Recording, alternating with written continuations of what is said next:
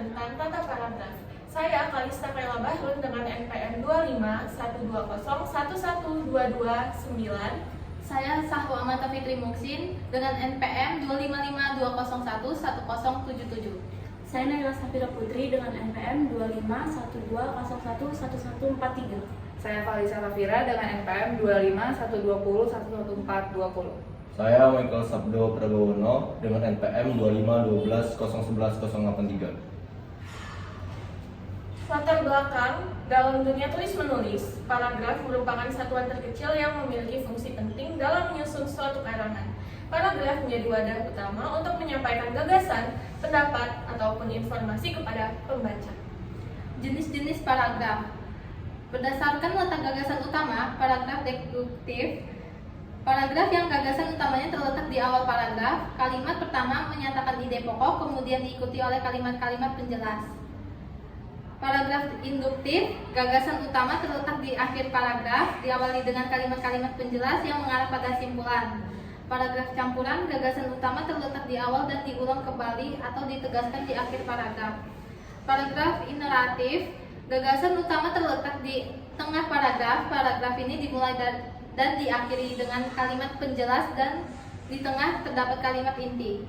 Paragraf narasi, paragraf yang berisi cerita atau rangkaian peristiwa yang terjadi dalam suatu waktu, memiliki alur tokoh dan latar.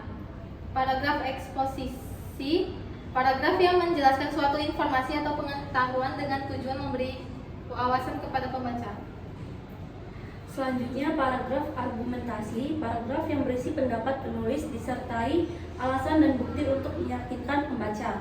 Paragraf persuasi, paragraf yang bertujuan membujuk atau memengaruhi pembaca untuk melakukan sesuatu sesuai keinginan penulis. Selanjutnya B, berdasarkan fungsi dalam teks.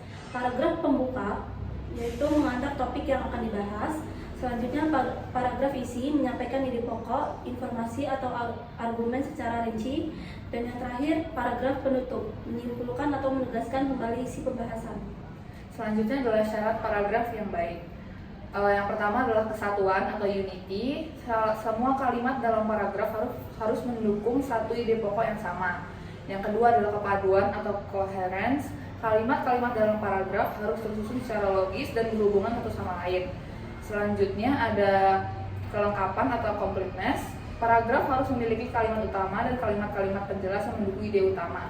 Dan yang terakhir adalah keefektifan. Gunakan bahasa yang jelas, singkat, padat, dan tidak bertele-tele. Lalu ada pola pengembangan paragraf. Itu untuk mengembangkan paragraf menulis dapat memilih berbagai pola berikut. Yang pertama, pola umum, khusus, deduktif. Dimulai dari ide pokok, kemudian dijabarkan dengan kalimat-kalimat penjelas. Lalu pola yang kedua, pola khusus. Dimulai dengan fakta atau penjelas, lalu diakhiri dengan kesimpulan berupa gagasan utama. Yang ketiga, pola ilustrasi atau contoh. Menyampaikan ide pokok dengan memberikan contoh nyata untuk memperjelas gagasan. Lalu yang keempat, pola perbandingan dan pertentangan. Mengembangkan paragraf dengan membandingkan dua hal yang menunjukkan perbedaan kontras. Lalu yang terakhir ada pola kronologis atau urutan waktu. Menjelaskan suatu berdasarkan urutan waktu umum digunakan dalam paragraf narasi. Lalu ada pola sebab akibat dan akibat sebab. Mengurangi hubungan sebab dan akibat dari suatu kejadian.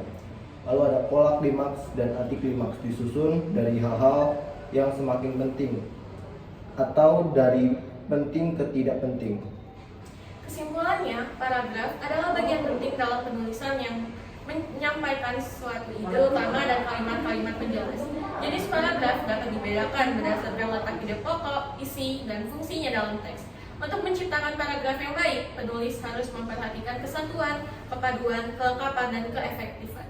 Selain itu, pengembangan paragraf dapat dilakukan dengan berbagai pola seperti deduktif, induktif, ilustrasi, perbandingan, kronologis, dan sebab akibat.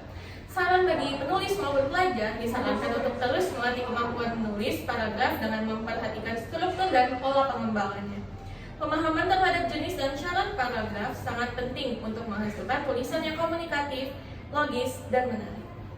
Sekian kesimpulan dari kelompok 8, kami akhiri. Wassalamualaikum warahmatullahi wabarakatuh. Jadi patung dulu.